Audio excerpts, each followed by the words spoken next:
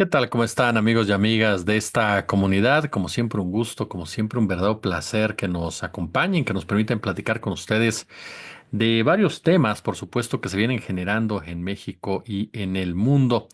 En este caso, uno que ustedes me pidieron que tratáramos, el del famoso Teletón, este evento que tiene ya muchos años, desde la década de los 90 que surgió y que ha tenido diversas transformaciones en cuanto a la duración del mismo y que está basado en esta ola que se registró particularmente en Sudamérica y en Estados Unidos, en donde incluso uno de los principales promotores era el titular de Sábado Gigante, ¿no? Don Francisco, quien participaba activamente en este tipo de eventos, que en un principio, por supuesto, pues tienen esta imagen de filantropía, de solidaridad con los que menos tienen, de buscar de una u otra manera reunir recursos para atender causas que en apariencia pueden ser sumamente loables e incluso de fondo también pueden tener muchísimo, pero muchísimo que destacar. El Teletón ha ido avanzando a través de los años, asumiendo diversas perspectivas, desde aspectos sumamente chuscos, risibles, dramáticos, telenovelescos, como ver llorar todos los años a cada uno de sus conductores, algunos de ellos ya incluso con las frases, con el mamotreto perfectamente hecho. Este es uno de los primeros puntos que le va quitando credibilidad al actuar por parte de los organizadores, cuando cada uno de los conductores se asume como María Candelaria y ante la mínima provocación, por supuesto, derrama la de los cocodrilos. Yo no dudo que haya gente sensible, gente que la situación de algunas de las personas que lamentablemente enfrentan alguna discapacidad te enternezca. Eso es sin duda y se da incluso entre la población en general. Pero de ahí a que se vuelva recurrente y que se maneje incluso hasta como una especie de promoción, ya te habla más de una actuación que de una conciencia como tal. Y sobre todo cuando viene de personajes que en su día a día ha quedado comprobado que son sumamente déspotas. Durante mucho tiempo Lucero fue el rostro del Teletón hasta que tuvo este episodio en donde su guardaespaldas agredió a los medios de comunicación sacando una pistola.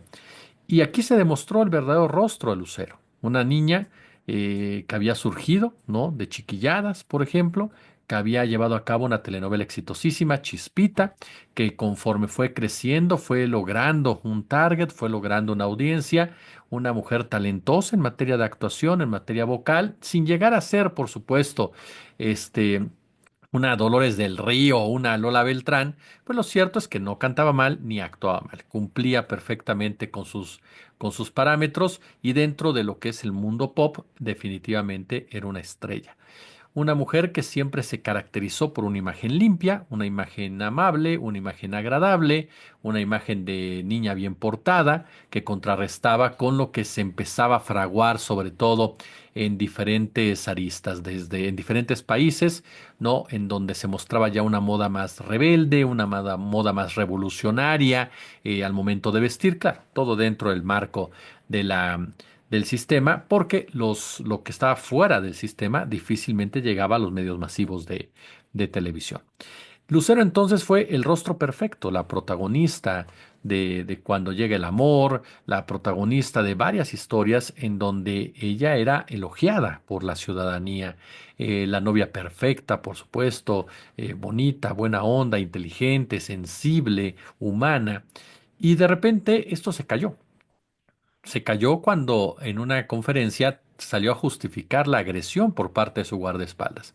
Uno entiende que los artistas, los cantantes, los actores, las actrices se sientan abrumados. De repente hay mucho sátrapa en el periodismo de espectáculos, hay mucho sátrapa, hay mucho morboso, hay mucho generador nada más de escándalos. Lamentablemente, el periodismo de espectáculos perdió mucha calidad y se convirtió en un lavadero, así de sencillo.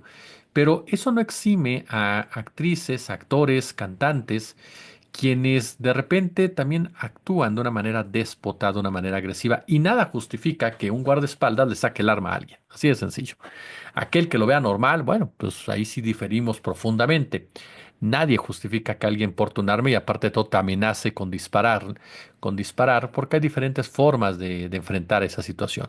Pero Lucero lo justificó con esa famosa frase del y, ¿no? Literal, y confirmando lo que ya se sabía en los pasillos de Televisa. Y quienes trabajaron en esas épocas te lo dicen abiertamente a su servidor, camarógrafos, floor managers, switchers, me lo han platicado, ¿no? Lucero siempre fue una persona déspota, en muchos sentidos, una persona racista, una persona clasista en su comportamiento, normalizado, legitimado, porque era una gran estrella. Y esto quedó de manifiesto en esa oportunidad. A partir de ahí vino el cambio en la conducción porque ya no encajaba en el tema del Teletón. El famoso 999, pues había perdido a uno de sus baluartes, que confirmaba que más allá de la causa, que es loable ayudar a las personas con discapacidad, pues su principal rostro era un rostro que mentía con base a su sensibilidad o con base a su humanidad o con base a su respeto a los demás. Habrá gente que diga, tuvo sus 5 minutos, no. O sea, tuvo tiempo suficiente en esa ocasión para calmarse y revisar lo que había pasado. Simplemente mostró quién era en realidad más allá del famoso bailecito. Año con año, por estas fiestas navideñas, las estrellas del Canal de las Estrellas, dirían por ahí, pues desfilan por la pasarela filantrópica.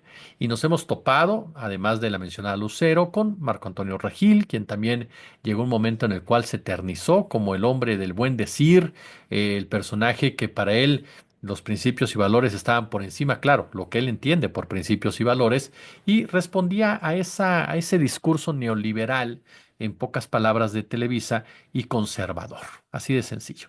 Pero muchos otros pasaron por ahí. Estrellas como Pedro Ferriz de Com, como Joaquín López Dóriga, como Carlos Loret de Mola, un sinfín de cantantes, de actrices, Galilea Montijo, por supuesto, Enrique Peña Nieto, que era una estrella del canal de las estrellas, anduvieron por ahí felices de la vida, por supuesto, poniendo su granito de arena. Eh, Desde un set de televisión, ahora también ya desde diferentes lugares, ya más al estilo masivo, con música emotiva, sentimental, con políticos sumamente poderosos de este país, porque también fueron parte de la pasarela un Emilio Gamboa, un Manlio Fabio Beltrones, jefes de gobierno, gobernadores y los empresarios, por supuesto, más ricos, más poderosos de este país, porque no olvidemos que Teletón, aun y cuando es propiedad, digámoslo así, de Televisa, pues recibe todo el respaldo, por supuesto, de otros empresarios. Aquí nunca se ha sumado, por cierto, Ricardo Salinas Pliego, que trató de hacer su competencia y simplemente no le salió. Aquí lo llamativo es que los políticos más poderosos del país y los empresarios más poderosos del país le piden a la gente común y corriente como usted y yo que donemos al Teletón una parte de lo poco que tenemos.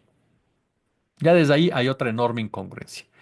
Yo recuerdo muy bien cuando la ONU intervino, llegó a ser tan escandaloso el tema de la manipulación en el Teletón, de un problema real, y ahorita lo abordamos, que la ONU, el Comité de los Derechos Humanos de la ONU para personas con discapacidad, se dijo en su momento preocupada, muy preocupado, porque decía que buena parte de los recursos para la rehabilitación de las personas con discapacidad del Estado mexicano eran objeto de administración de un ente privado, en este caso concreto, Teletón.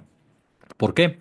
Porque los gobernadores entregaban terrenos, entregaban donativos financieros, lo mismo que los gobiernos federales. Por ejemplo, un dato emblemático, Peña Nieto. Peña Nieto recortó 85% del presupuesto del Programa Nacional de Atención a Personas con Discapacidad respecto, obviamente, a lo que había sido el gobierno de Calderón. ¿Y qué cree? El porcentaje de dinero de los contribuyentes que llegó a Televisa por la vía del Teletón incrementó. O sea, hubo un recorte considerable a esa área, al programa nacional, y por otro lado un incremento considerable a Teletón. Es decir, cuando comenzamos a rascarle, resulta que mucho de ese dinero que recortó Peña del programa llegó a Teletón. Mientras los gobernantes pasan lista de asistencia, ¿no? Ante, no sé, un Jordi Rosado, erigido en contralor de la indulgencia, los hospitales, las clínicas y el centro de rehabilitación del sector público están abandonados, están en condiciones deplorables.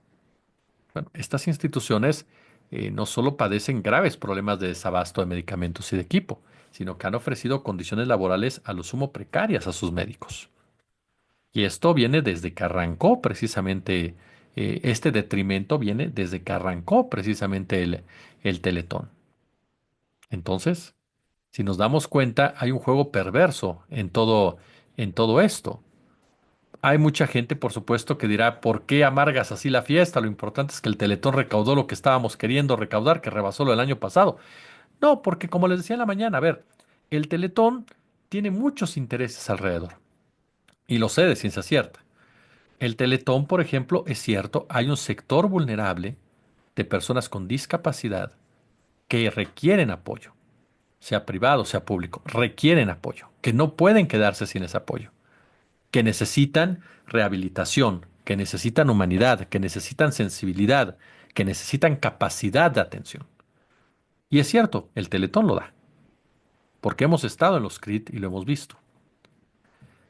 Por el otro lado, es cierto también que hay ONGs que hacen un negociazo con el Teletón. ONGs que son de familias adineradas de este país y que a través de ese dinero desvían recursos en materia de impuestos. Eso también es cierto. Como también es cierto que hay ONGs que son creadas por la verdadera sociedad civil, quienes por padres incluso de niños y niñas con discapacidad, quienes buscan la manera de llegarse a recursos, crear conciencia y demás. Unas están dentro de Teletón, otras están fuera, y las que están fuera ni siquiera las atienden. También eso es una realidad. Y está la realidad de los grandes, de los empresarios grandotes de este país, quienes han hecho de Teletón un lavado de cara brutal y un lavado de dinero brutal. Los empresarios y Televisa limpian por la vía del altruismo su imagen. Reportan donaciones tanto del público como de sus empleados como si fueran propias. Ahí algo está mal, ¿está de acuerdo? ¿Por qué? Porque exentan impuestos. Es decir, si se suman 40 pesos, pues Televisa no dice Jesús Escobar dio 30, ¿verdad? No, Televisa dice el Teletón dio 40 y el Teletón es mío. Entonces los empresarios que están dentro del Teletón dicen, pues dimos 40. Entonces se desvían los impuestos, se quitan impuestos. Y este punto es muy interesante. ¿Por qué? Porque el círculo se cierra con gobernantes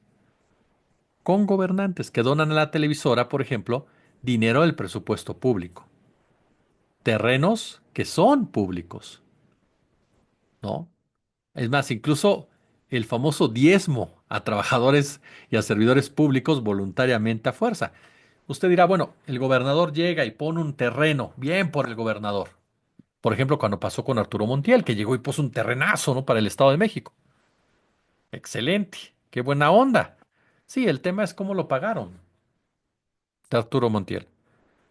De repente tuvo más rating, es decir, espacios en audiencia, espacios en los horarios de mayor audiencia. De repente ya Enrique Peña Nieto tenía una esposa que era artista, ¿no? Entonces, tenían un buen trato periodístico. Entonces, no lo hacían por altruismo, porque además los estados no tendrían que hacer altruismo, tendrían que hacer acciones de política pública para el beneficio de esa publicidad, de ese sector de la promoción. Ahora, Teletón ha ido cambiando en cuestión de manejo de imagen y de medios de comunicación. ¿Por qué le digo esto? Antes era, pues claro, el eslogan fácil, ¿no? Del 9999, de Lucero y los demás que estaban ahí. Y eso les alcanzaba. Conforme fueron creciendo los cuestionamientos, las denuncias, las molestias, ¿no? Los jingles enternecedores, pues dejaron de ser, y los eslogans emotivos dejaron de ser suficientes. Comenzaron a abrirse las puertas de los CRIT. Comenzaron a llevar a ciudadanos, a ciudadanas, a que los recorrieran, a que los conocieran. Me parece una actitud inteligente por parte de los organizadores del mismo. Se puede debatir si se vulnera o no la privacidad de los pacientes. ¿Por qué? Porque una clínica debe ser un espacio de silencio y tranquilidad, pero entiendo que lo hicieron para legitimar el Teletón, ¿no? Aquí el punto es que hay formas y maneras. Y para legitimar el Teletón, yo estoy de acuerdo, abriste las puertas, perfecto. Prohíbe los celulares. Que la gente que entre, bueno, sea gente consciente, sino que la gente cheque, diga, oye, si fui, organiza otro tipo de acciones. ¿Cuál es el problema? O prohíbe que se tomen ciertas fotografías o imágenes de personas que están siendo atendidas, por ejemplo. ¿Por qué? Porque si no, conviertes a las víctimas en productos. Y eso lo saben hacer muy bien en Televisa y demás medios de comunicación que participan en el Teletón. Entonces, con el afán de legitimarte, no te importa la víctima. Y ese es otro punto que a mí me hace dudar de tu intención realmente. Mire, hemos visitado los CRITs y es cierto, no lo vamos a negar, nos hemos llevado una buena impresión. Hay gente muy profesional en los mismos. Yo no se lo voy a negar, ¿no? Pero, insisto, esto va más allá de eso. Esa es la parte positiva. Hay una parte negativa que se tiene que denunciar. Televisa, por ejemplo, ha presumido, ¿no? Con inserciones pagadas, declaraciones de gente como Soberón, Juan Ramón de la Fuente, Luis Almagro, políticos que, perdón, aunque de la Fuente está en el gobierno de Sheinbaum, para mí son impresentables en muchos sentidos, ¿no? Que han destacado las instituciones por parte del CRIT, de los CRITs y todo eso. Pero aquí la gran pregunta es, ¿qué pasa con la necesidad social? ¿Dependemos del ente privado? ¿Qué pasa si un día Televisa, por la razón que sea, ya no organiza el Teletón? ¿Qué va a pasar con todos los CRITs? ¿Qué va a pasar con todos los niños y niñas que están recibiendo esa atención que necesitan? Hay que reconocer, por un lado, el compromiso de quienes laboran en estos centros, que hay beneficios a muchos niños y niñas, son beneficios reales. Pero por más que Televisa quiera confinar la discusión a ese terreno, son otros los elementos que se deben de impugnar. La renuncia del Estado durante tantos tantos años, a funciones relevantes en materia de derechos de la infancia y su consecuencia transferencia y financiación a iniciativas privadas. ¿Cuántos hospitales sin operar, sin construir, bueno, construidos pero vacíos dejó Enrique Peña Nieto? ¿Cuánto dinero, insisto, se desvió de los programas para este sector de la población que no está dentro del Teletón hacia el Teletón? La subordinación de la clase política a los tiempos, a los ritmos, a las reglas que fija el poder mediático, la estigmatización de las personas con alguna discapacidad como sujetos de caridad, son factores que no podemos dejar de lado. Lo que se cuestiona, para que quede muy claro, es que la filantropía es una máscara de frivolidad, como lo han dicho diversos analistas, diversos expertos que han abordado este tema.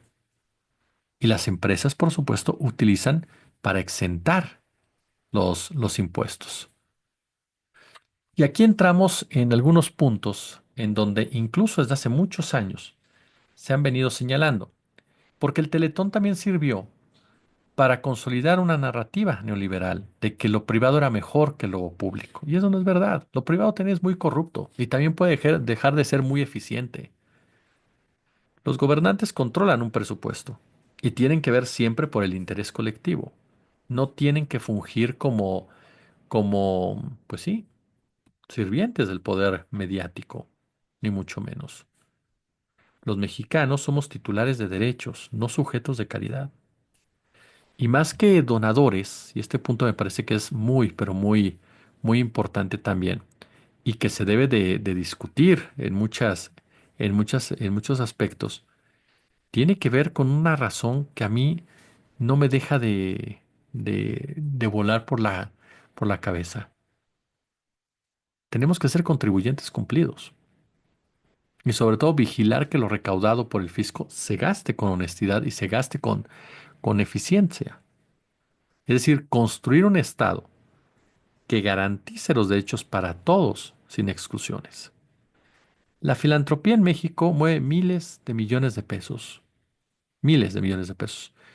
Eh, a manera que cualquier empresa, las asociaciones civiles, altruistas perciben recursos no solo por los donativos, también arriendan inmuebles, tienen dividendos, regalías, intereses devengados a favor, ganancias cambiarias y otros ingresos que en conjunto, por ejemplo, que en conjunto representaron 215.342 millones de pesos tan solo en el 2022. Me voy a ir a 2022. Datos de Hacienda muestran que ese año las asociaciones civiles y filantrópicas recibieron donativos por 56.172 millones de pesos, un monto que duplicó los 27.000 millones del 2023 que en 2023 se destinaron al programa social para personas con discapacidad y que refleja un incremento de 19.6% respecto a los 46.000 millones captados por ese mismo concepto en un año antes, es decir, 2021. Las donatarias autorizadas por el SAT son organizaciones civiles o fideicomisos que pueden recibir donativos deducibles del impuesto sobre la renta de personas físicas o morales y que al hacerlo entran en un régimen fiscal de personas morales con fines no lucrativos. En los últimos años, es decir, del 2018, 2019 a 2023, los donativos registrados por el SAT alcanzaron 204.000 millones de pesos. Los ingresos generales de las donatarias sumaron 822.000 millones de pesos. El dinero que pasa por las asociaciones civiles ha sido cuestionado por las autoridades de la 4T debido a que se ha usado como enclave de ingenierías fiscales, que si bien sí no son ilegales, porque no son ilegales, sí representan un uso ventajoso de la ley y afectan las contribuciones públicas, además de que 2 de cada 3 pesos que entran a ellas no tienen que ver con el objeto para el cual fueron creadas. Ojo con ese dato, por lo que podría ser obviamente un foco de evasión fiscal. Actualmente hay dos modelos sociales sobre qué hacer con las necesidades que tienen las sociedades. Por un lado está el modelo neoliberal, em, basado en la meritocracia, basado en la filantropía y en donde el papel del Estado es escaso.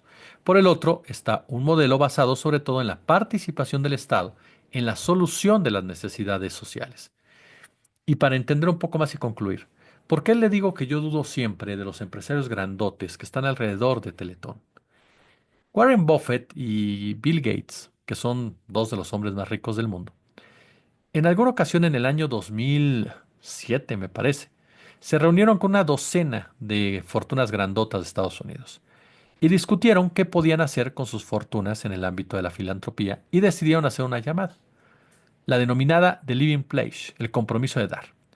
Su objetivo era destinar al menos la mitad de su riqueza a obras de caridad. Intentaron movilizar 675.000 millones de dólares y la crisis financiera dañó la filantropía. ¿Por qué? Porque en el año 2008 se movilizaron 315.000, en el 2009 solo 303.000. Tanto Buffett como Gates son desde hace años firmes defensores de devolver a la sociedad gran parte de su fortuna, aunque esto tiene ya de entrada, pues grandes compensaciones fiscales en sus declaraciones, ¿no? A la hacienda como ellos mismos lo reconocen, ¿eh? No crean que se engañen, no crean que se esconden, lo han dicho. Y rechazan de plano que sus herederos sean los principales beneficiarios de sus fortunas. ¿Por qué? Porque valoran la meritocracia, es lo que ellos dicen. Sirva de ejemplo que el propio Buffett, que se comprometió en el año 2006 a destinar el 99% de su fortuna a la fundación de Bill Gates. Es decir, Bill Gates maneja la fortuna de Warren Buffett. Y habrá gente que se quede sorprendida por estos planteamientos, pero ahí le va. Todos debemos ser muy conscientes de un detalle. ¿De dónde han sacado sus fortunas todos estos personajes? George Soros también habla de devolverle al pueblo, literalmente, parte de su fortuna. Bueno, Soros, ¿de dónde la sacó? Atacó a la libra esterlina, provocando su devaluación y haciendo entrar en crisis económica al Reino Unido, ganando en 2 días una friolera de 3.000 millones de libras esterlinas. Esta ganancia fue a costa de quién? De millones de británicos que vieron cómo su vida empeoraba y muchos de ellos incluso fueron a la huelga, muchos se quedaron sin empleo. Hubo en esa época casi 1 millón de pobres más en el Reino Unido por esta acción de Soros, que ahora dice, pues les voy a dar parte de mi fortuna. Warren Buffett ha tenido que ver con los ataques del euro al euro en Grecia, en Portugal y en España. Cuando nos hablan de la palabra mercado y nos dicen que los mercados demandan, bueno, pongan las fotos de Buffett, de Soros, de Larry Fink, de la gente de Vanguard, de la gente de BlackRock, de los Rockefeller, de todos estos grupos. ¿Por qué? Porque son los que llevan a cabo los ataques especulativos y los que acaban imponiendo la política de reducción de beneficios sociales, la disminución de salarios, la congelación de las pensiones, el alargamiento de la edad de jubilación, la reforma laboral abaratando el despido. Eso es lo que logran haciéndose ricos y empobreciendo a los demás. Slim lo hizo igual, Salinas Pliego igual, Azcárraga igual, Beckman igual, Díaz Morodo igual. Tenemos que agradecerles su filantropía. ¿Tenemos que felicitarlos por su caridad disfrazada de Teletón? Yo no. Pulgar arriba, si les gustó el video, gracias por sus comentarios, por sus críticas y demás, ya lo saben, siempre es un gusto que lleguen y compártanlo, compártanlo para seguir creciendo como comunidad. Ya somos 248,000. Muchas gracias de verdad a todos y cada uno de ustedes. Nos faltan 2,000 para alcanzar la meta y estamos a 15 días todavía. Gracias y nos vemos al ratito. Como siempre un gusto, como siempre un placer.